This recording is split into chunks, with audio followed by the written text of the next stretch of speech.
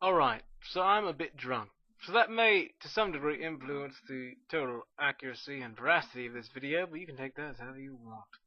Now, this is a video and a game that was generated by Ion Storm. The video was generated by me, but I don't give a fuck at this point.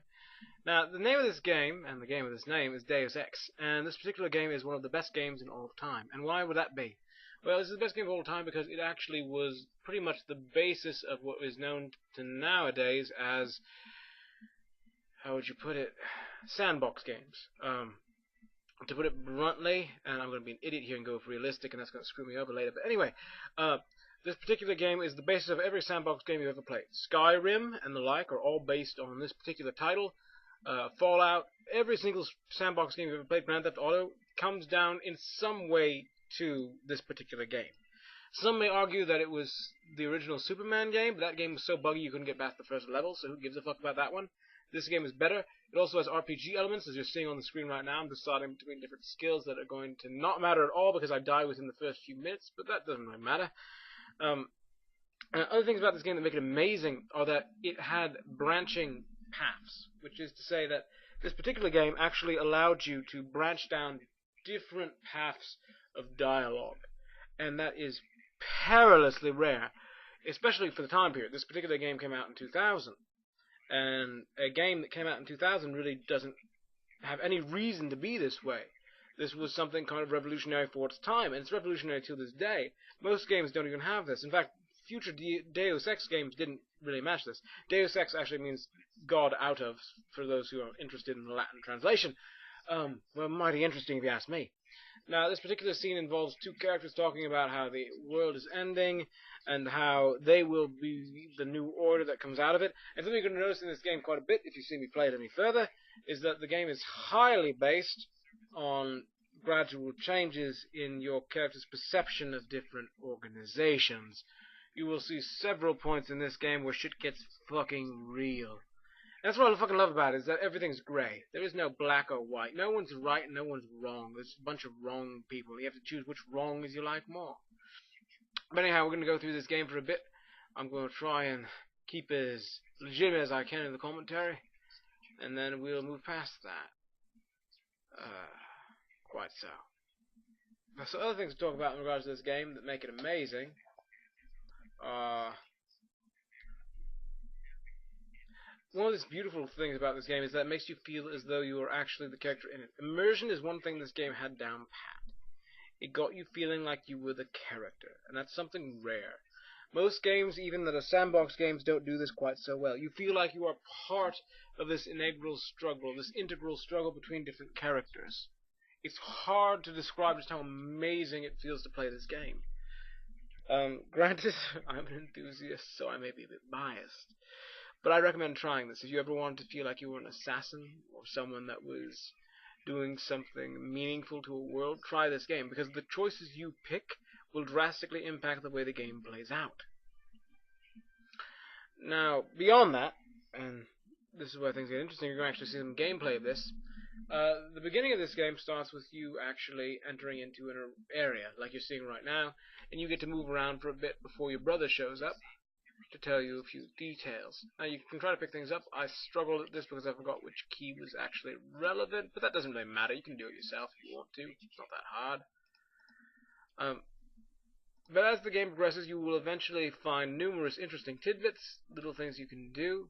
You can pick up your crowbar here, and then, oh, no, there's your brother, and you have to talk to him for a spell. And that's okay.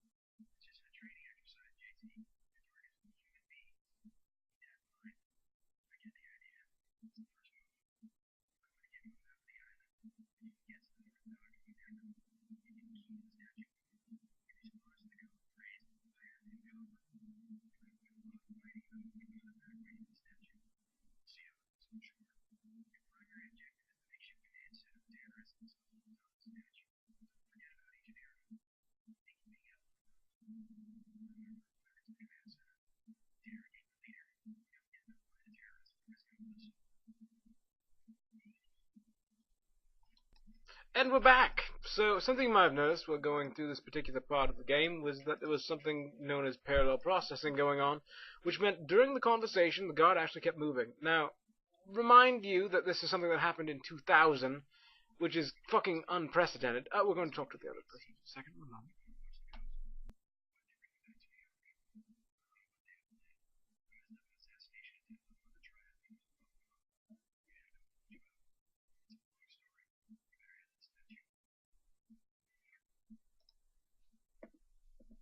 Now, this game did a lot back in its... Oh, fuck.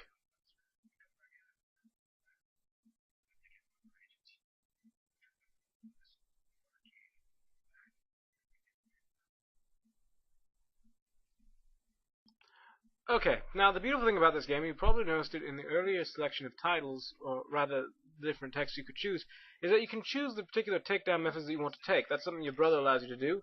If you're paying attention, you probably noticed that. You can choose to be a sniper, which is beautiful. You can choose to be a non-takedown guy, which sucks in this game because the darts don't work for shit. But we won't dabble on that too much. So there's actually a lot of bonuses to dealing with.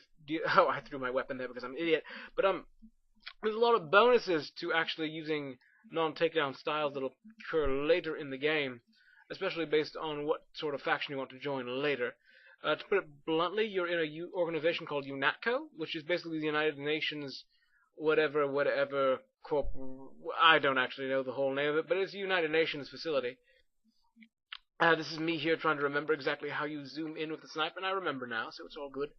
The actual things for remembering how to zoom in are a bit jaggy, but that's what you'd expect from having a multiple interface game where you can choose multiple weapons at one time.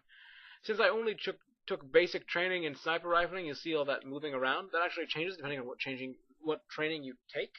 If you took moderate or even simple, it would be much, much less. And as you're going to see, this very, very little training in sniping is going to kill me very, very soon. I managed to kill this particular officer, which is fine. But on realistic mode, something I didn't realize is that a headshot will kill you instantly, which means that it's very perilous that you take down every single guard on shot. And I did fairly well. Originally, I got 2 guards and 2 shots. That's beautiful. That's a 100% accuracy rating. We got an incoming transmission. 1 second.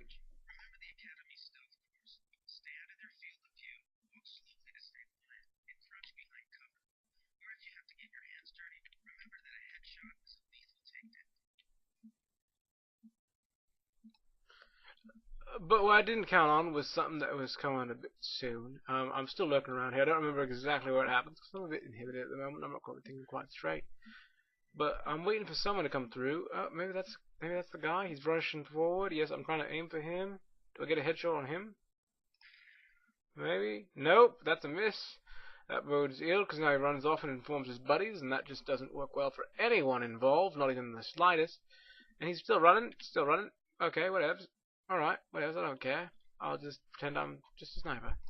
Just sniper. Oh, I got a crowbar. That'll work fine against a guy with a gun. That makes sense. Oh, he's running towards me. Whatever, I don't care. I'll just walk around. Oh, and he shoots me in the head. See, in other difficulties that aren't realistic, getting a headshot won't kill you instantly. Because it's not realistic. But in realistic mode, you're kind of sort of screwed. And now I've got to wait a while, because the first time you die in this game, it makes a point of pointing out, hey, by the way, you died, so you can't actually hit escape to get to the main menu. So you're just waiting there for a minute, and you hear me hitting escape right there for a moment. That's me just going, I wanna start again. And this is what really sucks, because I didn't save my game. So, remember the rules. You need to save your game every time. So I go with medium, because I'm not going to be an idiot. I set the skills to about the same. I only go with trained in rifles, because I love rifles, because taking off enemies from afar is just beautiful.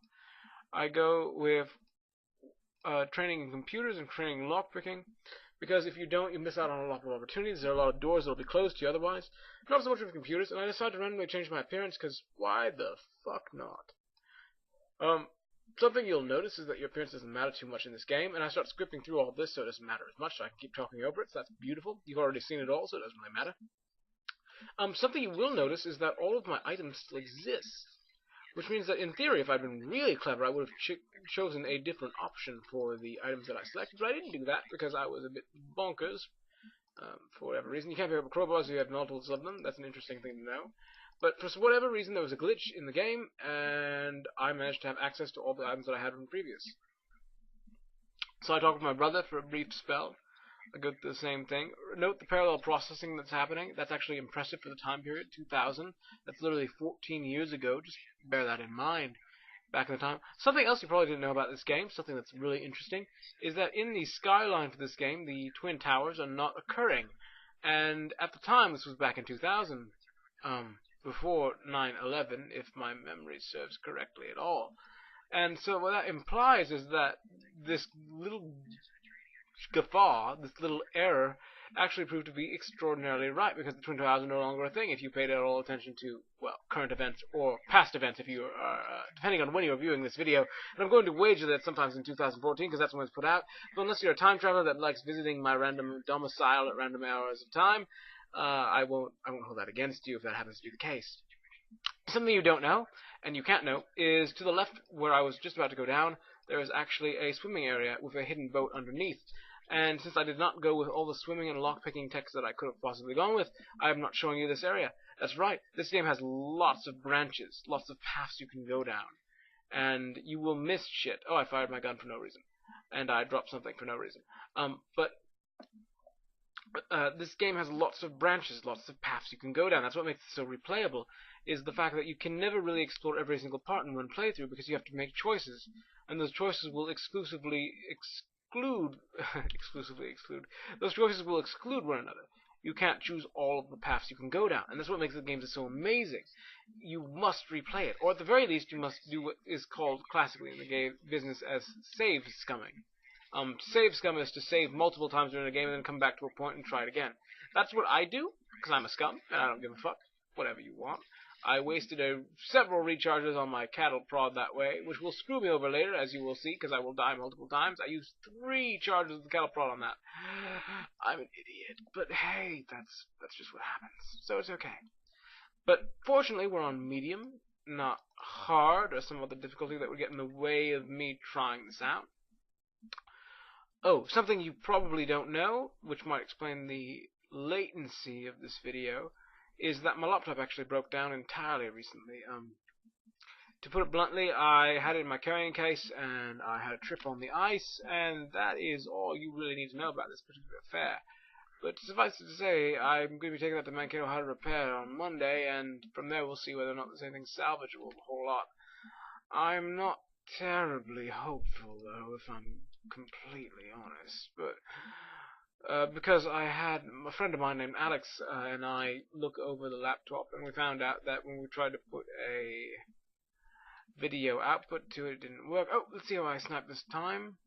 Is it any better? Is it just as good? Maybe. Nope, no, I suck at this game. So I snipe and miss, and he runs behind a wall, and then I accidentally tab out and look at the menus by accident. And if this were the real world, I would be so dead right now, it's not even funny. But fortunately, it isn't the real world, and I get to try again, so that's all good. Then we get an incoming transmission, the one you've heard before, so I don't give a fuck if I talk over it. So our solution here is to go in crowbar, because we're at medium, and it doesn't really matter how hard we go, he's just going to run anyway. So we just take him down with crowbar from behind, because who really gives a fuck? And we wait for the next guard. We grab everything we can from him. Nice. And then we remember that there's actually a facility. Okay, when do we remember? Okay, we take the candy bar. No, we're taking out the baton. What are we doing? We're taking out the sniper rifle. Oh, so we can kill that guy. Maybe, if we're lucky. Yes? Yes?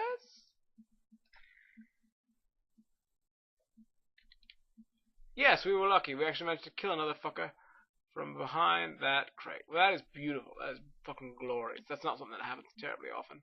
Especially from this range, and especially when you only have trained, because you keep bumping around. I do like how they simulate how trained you are based on the movement of your rifle. That is something that you wouldn't expect to see. It's nuanced. It's a nuanced way of thinking about the world. Your skill is how well you can actually handle the rifle. So at this point, we're like, you know what, fuck this noise. We're going to go to the Natco base, which is something you can go to at this point. And as you go to the Natco base, you will eventually find several interesting tidbits. Here comes the guard. We'll actually let you hear this part.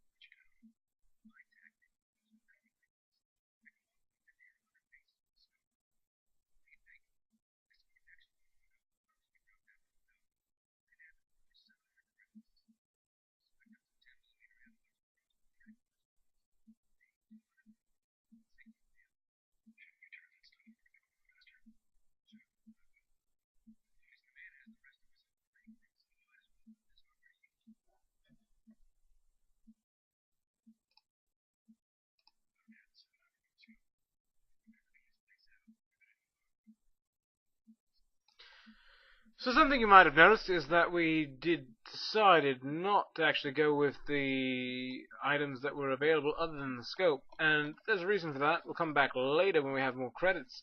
But the scope is fundamentally important. It allows you to upgrade your pistol. Your sniper rifle already has a scope, but your pistol does not, and being able to snipe with your pistol is bloody amazing. So we try to enter the password here, and we fail utterly because I misclick.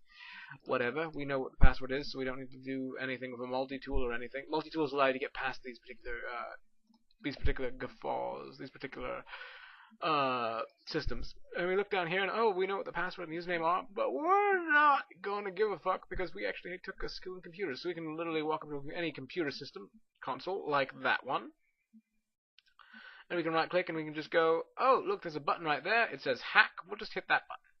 Hacking, hacking, hacking. This is why I love the computer skill. It allows you to get through any system without having to deal with any of the brick walls that are usernames and passwords. So we're like, oh, we have to be quick because the bar to the right will run out eventually, and if it does before we're done, well, there'll be negative consequences. So we're done, and we just hit close, and then we're done. Bam, just like that. So now we jump down in below, and we're like, oh, look, we get experience just for exploring. I will take that. I won't care. That's nice. And we grab the items inside, and then we take a look around quick, and then we leave. Because we've already been here before many times, because I've played this game like 5 times over, and I've got this level pretty much down pat. So we think about talking to the guard again, but we can't, and we look at the door just to see if it's open, but it isn't, because this is a point where the entire base is on lockdown, and if we'd paid attention, the guard said that to us, so you can blame me for just not paying attention and wanting to see if it was true or not. So, something to understand about this mission, and maybe if you were paying attention you already know this, is there are multiple ways of attacking this particular mission. Now, if we wanted to, we could go by the main entrance. That is stupid. I mean, granted, now we have an EMP grenade, so if we wanted to, we could assault it that way. But, if you go in from behind, you will actually learn a lot about the setting, and more importantly, what the NSF is. Oh, also, in case you were wondering, UNATCO actually stands for United Nations Anti-Terrorist, and then the C and O are things that elude me, so that's something you'll have to work out for yourself. Maybe coalition and operation? Or organization? That sounds sense. Coalition organization? Maybe? I will not pretend to know. I will admit to my failings in this regard. I do not offhand remember what UNATCO stands for. So any of you that give a flying fuck about that can beat me over the head with a flying noodle and leave it in the comments section below. Because I really don't give a fuck. So this is me moving through this particular section. There is something you won't know yet. Oh, save the game? That is brilliant. You should save this game as much as possible. In fact, the fact that I haven't saved yet is a sign of my idiocy. So when you're playing this game, save as much as you can. Some people will call that scum saving, and those people are idiots. Because, to put it bluntly, saving as many times as you can in a game is a good thing. Because it allows you to see how different scenarios would play out if you had played them differently. Like, for instance, I'm going to die very soon. I'm going to very, very, very greatly appreciate having saved when I did. Because I killed that guard, and now... Oh, look, there's another guard. I couldn't remember that because that's a random thing to remember. So I try to go at him with a baton. Well, let's see how well this baton tactic goes. Click, click, click, click, click, click, click, click, click. Can we get him? Can we get him? Can we get him? Oh, he's running away. He's running away. Oh, oh, oh, oh. And we got him. Okay, well, so it wasn't that terrible this round around. And maybe if I'd saved here, it wouldn't have been such a problem. But as you might have noticed, and this is something you might not realize, is that this game tracks damage based on the region of the body damage is dealt in. To put it clearly, at the moment, my chest has, and my upper torso has substantial amounts of damage done to it, which bodes perilously ill for it. So I'm going to try to snipe from a very far distance away, and I think, no, maybe not that guy. Maybe I'll wait for the guy who's moving randomly, because maybe I can take him without any problem. Let's see, I'm trying to remember where I die here, because it's been a spell since I've actually played this particular round that I'm narrating over. But I move up, and I'm like, I got a stun prime. I can take this guy. It's not a problem. I'll just stun. Yeah, stun. Yeah, stun. Boom, right in the crotch. Yeah. Yeah, he's freaking out. Yeah, baton him. Yeah, that's right. And those guys don't even notice, because this AI is relatively good at simulating what it would be like if you were in a real world where you couldn't actually see everything that was going on all the time. And at that point, that particular guard was in shadows. So I'm like, okay, well, I got a sniper rifle here. Doesn't have much ammo, but I could fire at him, take a headshot. And if I get a headshot, then it won't be that hard. So I'll go for a headshot. Yeah, yeah, yeah. And that is a miss. That is a miss, ladies and gentlemen. So, Oh shit! We got something that directly targets the chest. Most irritants to the lungs do that exactly. Now, this is something you should pay attention to. In this game, if you ever do play it, you want to use your medkits often, because your medkits will actually help you quite a bit. They'll make things quite a bit easier for you. But beautiful, I managed to get some ammo for, was that rifles, or was that pistols? I don't know. I don't give a fuck. So I gather all I can here, but my chest is very terribly damaged. And if I'd been paying attention, I would have used a medkit on my chest. Because I got a spare medkit from the glitch, but I didn't bother to use it, and instead I'm going to try and snipe this guy. And I do relatively well at it. Oh, no, I decided not to snipe him. I decided instead I'm going to come up and stun him. And maybe this is what screws me? I'm going to try and remember. We'll wait and see. It'll be an adventure for you and me both. Yeah, that's how we'll do it. That's how we'll peg it. So here we go. We're waiting. Come up from behind with a stun stick. Yes. Go for the ass cheek because we're crouching to avoid detection. And that's all we need. So he was not the person that ends up killing me. I know I end up dying very, very soon here. Maybe it was to that guy? Maybe. Because the way this game works is based on region-based damage. It basically takes your whole body and it maps it out and says, this is your chest, this is your everything else. And now I'm being stupid here. I'm not thinking. Because I remember all the things you have to do in it, but I'm not paying attention to my status. And right now my chest is so badly damaged that any shot to the chest would, in effect, kill me. Because the way it works is the two vital organs in your body map is your chest and your head. And instead of paying attention to that and realizing, oh my god, my chest is very badly damaged, I instead just keep soldiering on. That is going to be a problem you'll see in a lot of my gameplays. I don't pay terribly much attention to my body's status. I just keep moving forward. And that will fuck with me on all levels. Also, if you know anything about the way I handle life in general, you'll also see that's how I generally handle life. So, you can take that however you bloody hell want to.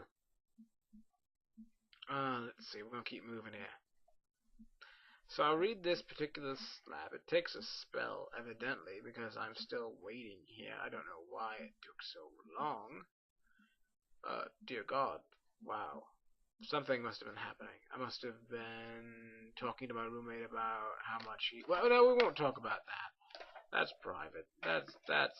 I may be drunk, but I'm not an idiot.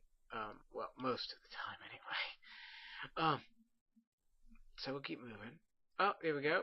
This is something we can solve with that handy little tool in our inventory called the multi-tool, so we take that on out. We equip it, and we're like, yep, we got a multi-tool, and we'll just go right through this. Radio beams. Woo! We move right past. Now, if I hadn't been an idiot, and I'd been paying attention, I would have saved the game at this point. But I'm not. So you're going to see me do some of the same thing over and over again. And that's okay, because it teaches you a valuable lesson. A lesson that I need to learn is to save often. Because you can always go back to a save beforehand. You can always go back a step. Oh, and later I will explain to you exactly how item mods work, because I take the time to actually use one. But at this point, I am near death, because I'm not paying attention. My chest is very horribly damaged, and I'm like, I'll just keep moving. And this gets me killed. You're going to see... Oh, yes, the death comes very closely here, after I solve these puzzles for the purpose of movement.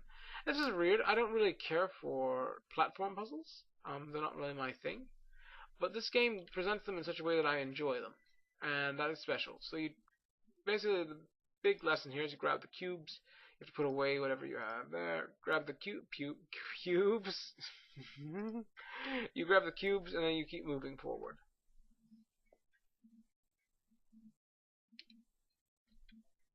And I forget for a second that you can just run across, jump. Oh, there we go. Everyone on cube. And we keep moving upward. And that's all you need to know.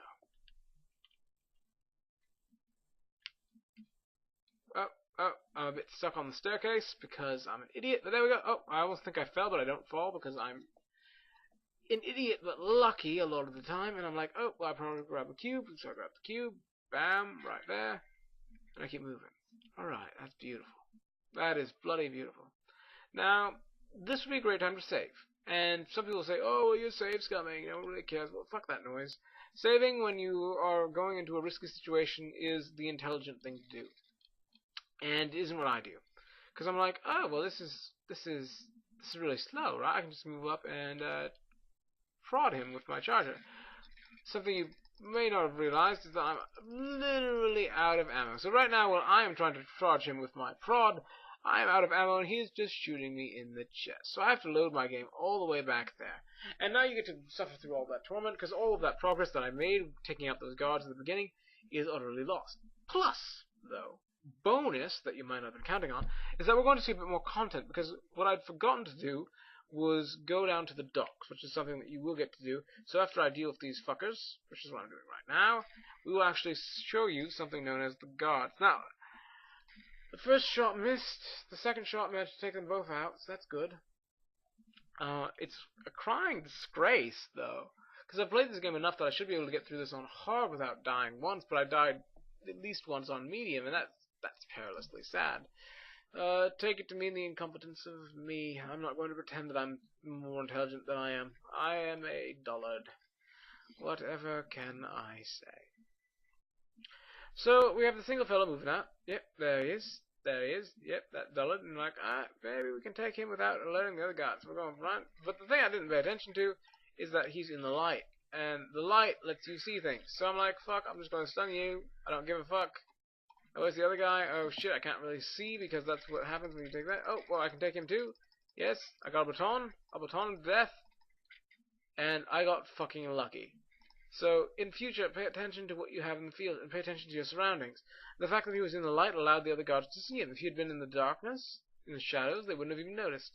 But I decided to attack in the light. No. You don't attack someone while they're in the light. You attack them in the shadows. This may seem like interesting advice for in physical combat, but it also applies in social dilemmas, but we won't dive into that too much because that's diving into the realm of psychology. But it is always the best in psychology if you want to attack someone when they can't defend themselves. That is very sinister, and don't ever do it unless you want to be a manipulative bitch. But it's the truth. So, take it however you choose to. So at this point, I remember that there's a particular part at the end of the game revolving around docks. Now, the docks are interesting places you can meander towards. And I remember here that there is some danger in not sniping everyone, so I decided instead to snipe everyone.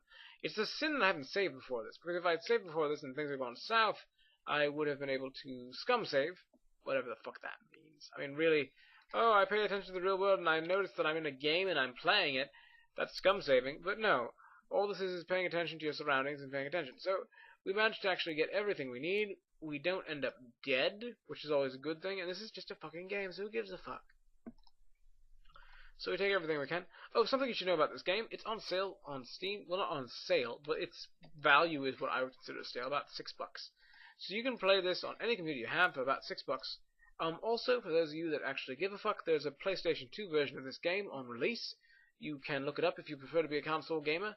There won't be as much fun to it because some of the settings won't be the same. For instance, I don't know if there's a multiplayer on the PS2 one because I don't own it. But it's just something to consider. This game is bloody amazing though. And if you want to get a feel for any... Oh, we'll let you hear this.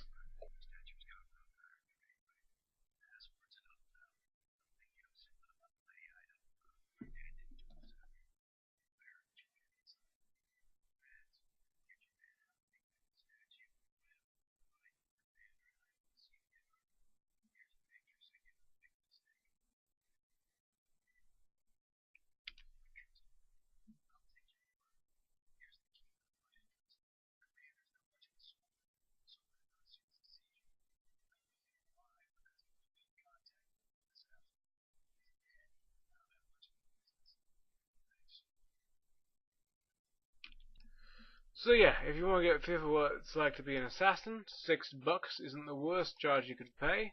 And there's another conversation coming up very, very closely here, so I'll become very, very quiet very, very soon. And we'll let you just see exactly how this plays. You can't pick up a crowbar twice for whatever reason, and here we go.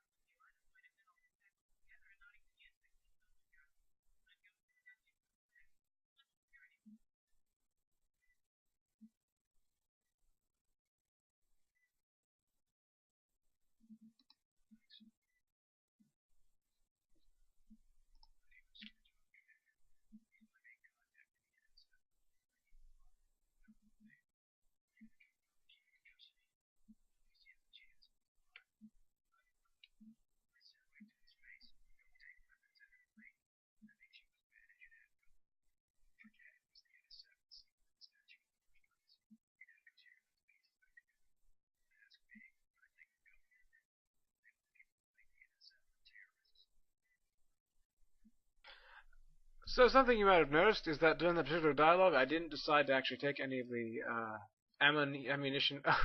The pathfinding in this game sucks a little bit. The characters are like, oh, we all should get out of your way, but they suck at it. So remember to save the game here, and this is a lesson for me as well, because during the narration process, I actually lost quite a bit of dialogue by not saving when an option came up to save.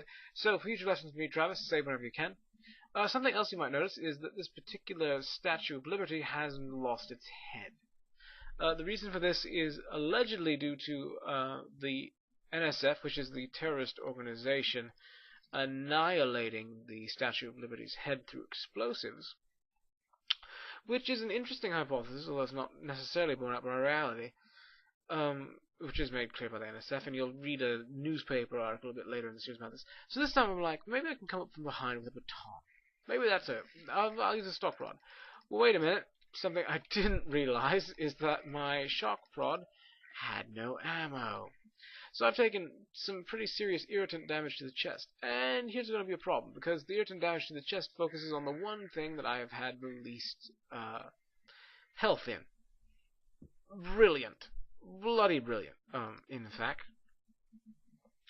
it's actually dreadfully terrible. You know that. I'm being sarcastic. If I'd paid attention, I would have used a med kit on my chest, but in a stroke of utter brilliance, I decided not to, and that's going to bite me royally in the ass. You'll see that happen quite a bit in this game. I'm not the most brilliant person in the world. I make mistakes all the time. My only strength is my ability to understand when I make horrible, horrible errors. So here we go. Jumping. Oh, from behind. There we are. There's this guy, and we're going to try and crowbar him this time. And at the same time, we haven't addressed the underlying problem, which is that I can't take the sheer amount of irritant damage I'm taking to the chest.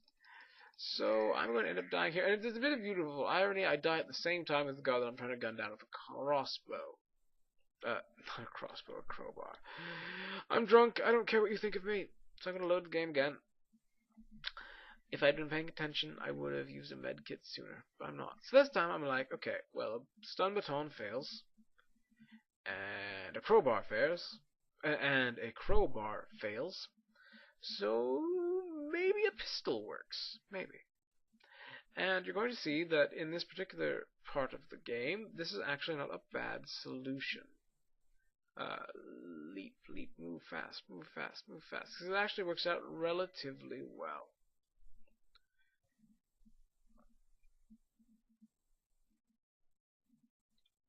Yep, we wait for the aim to come in. Wait for it, we move a little bit, and that changes how well we can aim. Which is very realistic, if I might add. How your moving impacts how well you can aim at someone. Wait for it. Oh, we're still locked in on the head. Beautiful. And a headshot. Bam! You're dead. Just like that. Beautiful. Gorgeous. So we're not making the same mistakes we made last time, which is a good thing. A very, very good thing. So we keep moving on. There's that guard there. We wait for the aim. Yes. Wait for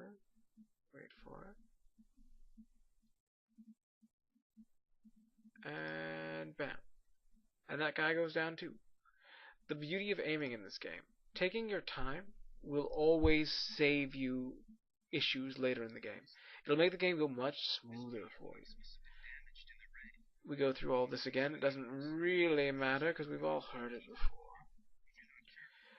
And this time we can use a multi-tool to actually get through this particular barricade like we used last time. Or we should equip that instead of just use it, because use only works on consumable items, unlike items that can be used in the game world. And just like that, the electrical shock is off. And now we have a hazmat suit, which is what we picked up a second ago when we were looking in that metal canister.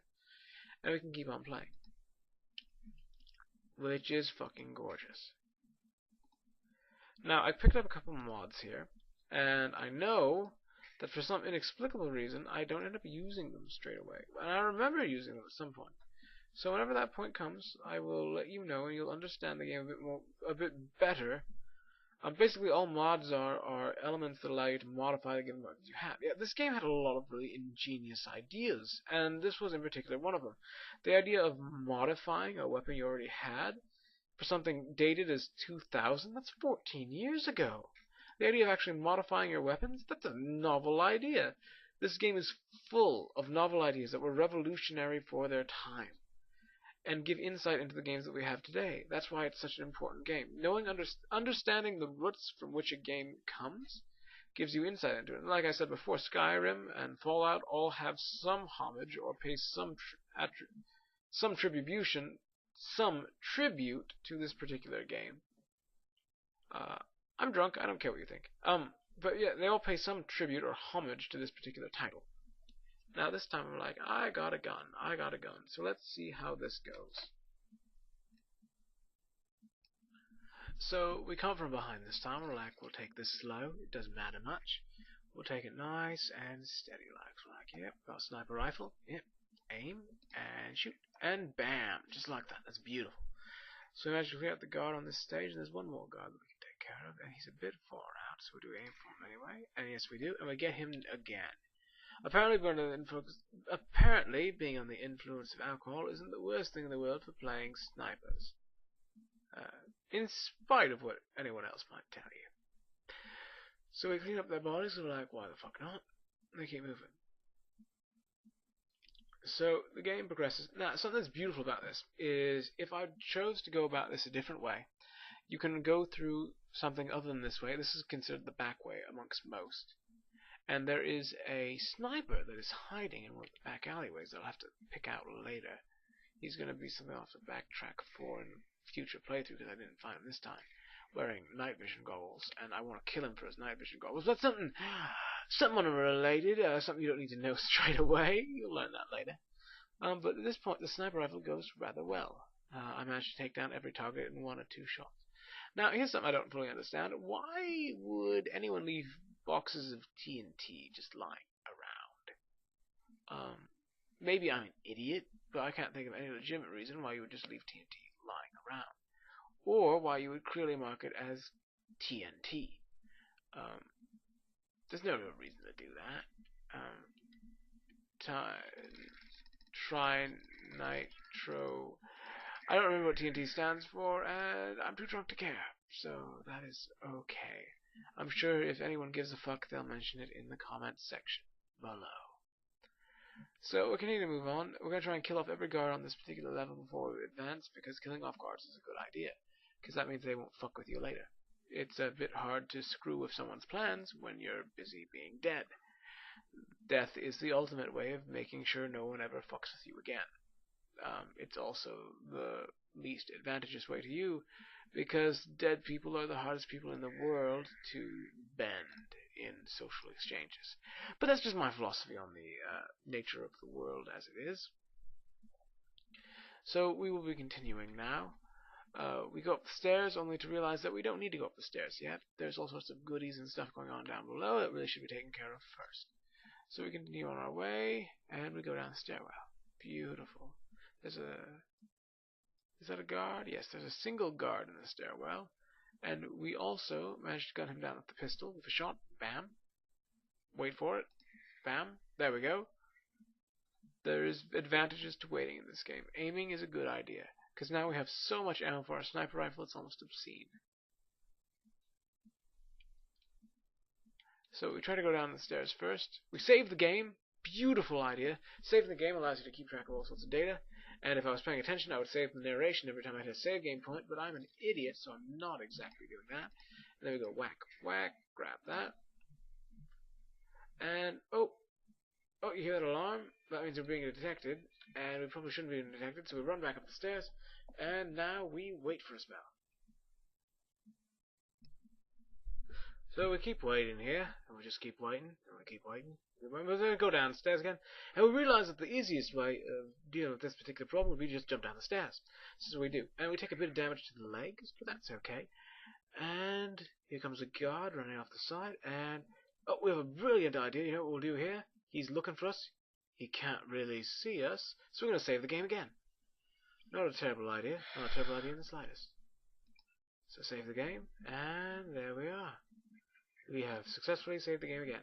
So now we're going to go, well, there's a guard here, and he's in the shadows. Well, since he's in the shadows, that means we can probably kill him without any incident. And we do. He's dead. Oh, another guard hears him, though, and now he's shooting at us. The game isn't perfect about light and shadow.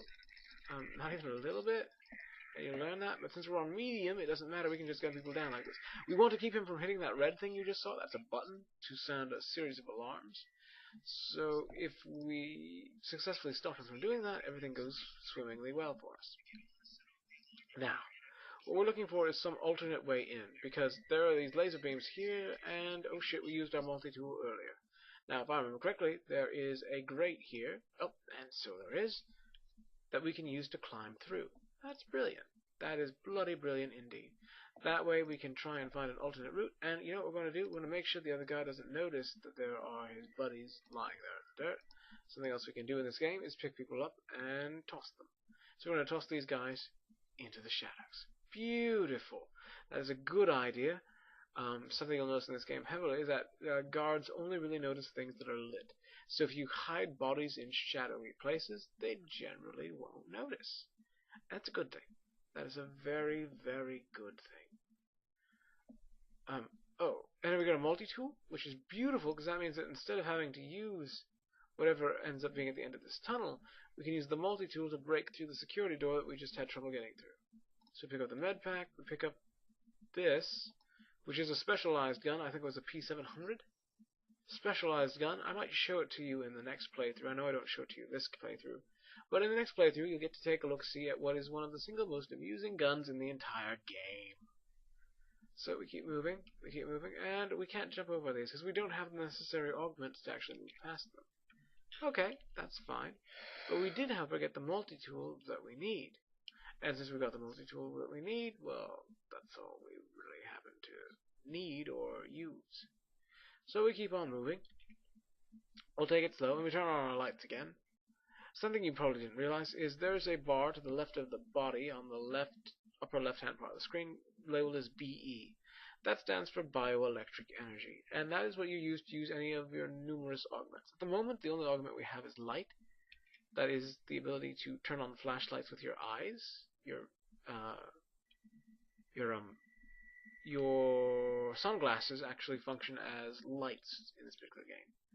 And now we're going to probably use an augment because we're at the screen that pauses time. So we'll take a look. See, I think that's what we end up doing. We'll wait. Come on, use it. Yep, there we go. There's one augment. I must have been using a lot of alcohol when I played this video game. Anyway, so we grab that augment. We're like, yep, we'll apply this to something. And the only thing we're ever going to apply anything to in this game is the sniper rifle because we fucking love it so much. Never apply anything to your tranq gun. To put it bluntly, the tranq gun sucks. You need at least 2 shots on a target to actually get to their chest, and it will invariably knock them out, but at the same time, I used the soda because it actually restores some health to the chest, which is a brilliant idea because my chest is weak at the moment. And I'm like, well, maybe what I'm going to use now, I'm going to use this med kit. I'm like, oh wait, I can't use it quite right, so I just go to the special option you use to restore things directly, go heal the chest. And I'm like, yeah, we're back in green, beautiful. And then we use the spare med kit we got from the glitch that happened earlier, and there we go, all our stats are back up into green. So we're good, that'll be okay. But yeah, that'll be okay. We have one more weapon mod we could use if we'd like to. We've decided it's not an important one. Then we grab out the multi-tool, which is what we're going to use in the first place, and we use it on this box. Something you will notice about this game, the more that you see me play it, is that there are multiple solutions to problems, something I said earlier, which is what really makes this game glorious. If you wanted to, if you really wanted to, you could try to take on this entire game through nothing but non-lethal takedowns. And if you do that, certain dialogue options and different things unlock. But this game is very much a game that depends on how you act. It is the definition of interactive. How you impact the world directly influences what happens in it, which is special, perilously special. There are very few games, even today, that pull this off correctly. And it really relies on the strengths of the medium, because the medium of games is by definition an interactive one. It's something that won't necessarily work in a movie setting. And a lot of games today try to become like movies with the very intricate and elaborate cutscenes they have, which is detrimental because it doesn't really, as one video game critic has put it, it doesn't really pay justice to the strengths of games, which is an interactive experience. Here is a brief description of a view on the notions of power and how absolute power, by definition, is usually overthrown. It's something definitely to read, and you're welcome to read it over. If you want to, pause the video and take a read at it yourself.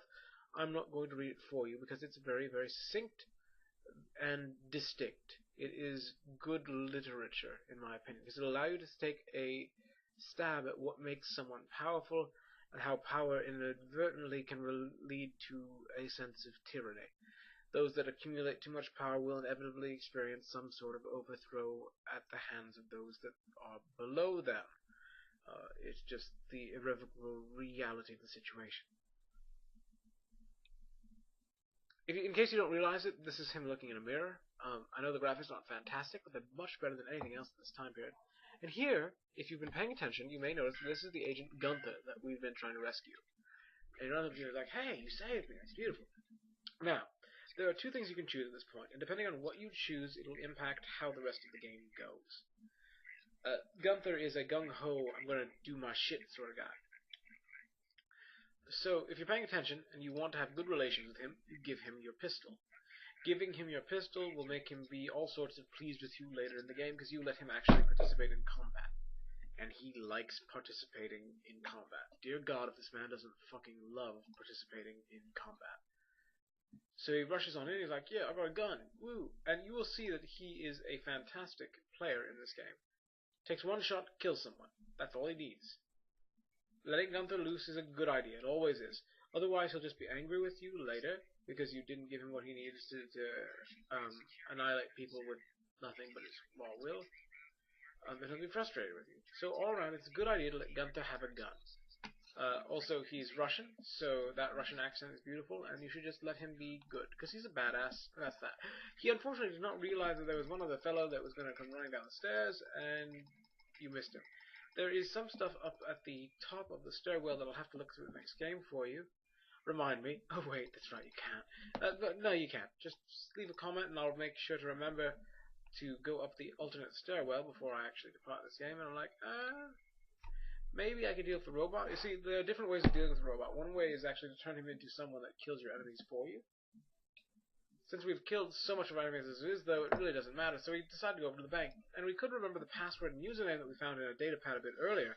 In case you don't remember, we actually did find a data pad with plenty of data in this respect. But when there's a button in the far right that just says hack, that's so nice.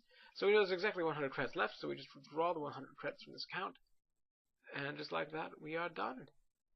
And there's an error, because instead of giving you infinite money, the producers decided that they'd be smart and say, hey, when you use a device to hack, it doesn't work perfectly. And this is another beautiful thing. Water fountains restore 1 point of health.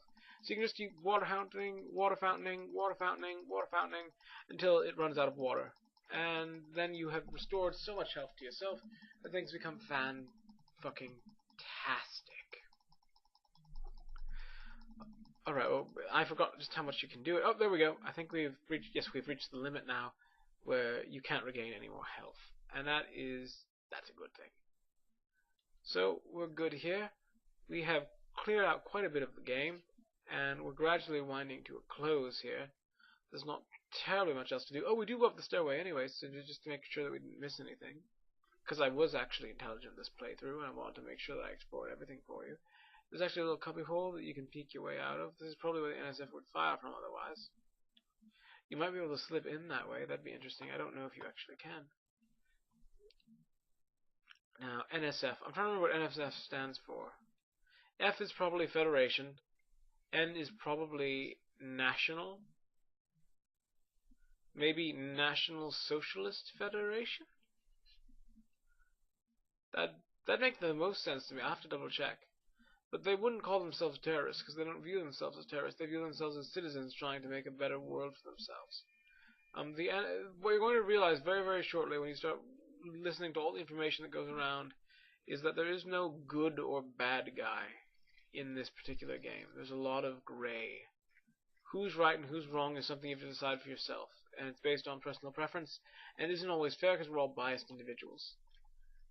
But I fucking love this game. It is one of the best games that has ever graced the video game world. And you're going to see the end of the video soon where I just went in the garden, there's a garden, I'm like, maybe I'll go for it, maybe I won't. I'll save the game. This is a good place to stop for now. Next time I will dive more into some things that I missed. There are some hidden areas that I didn't go to this time, and I'll show those to you some other time.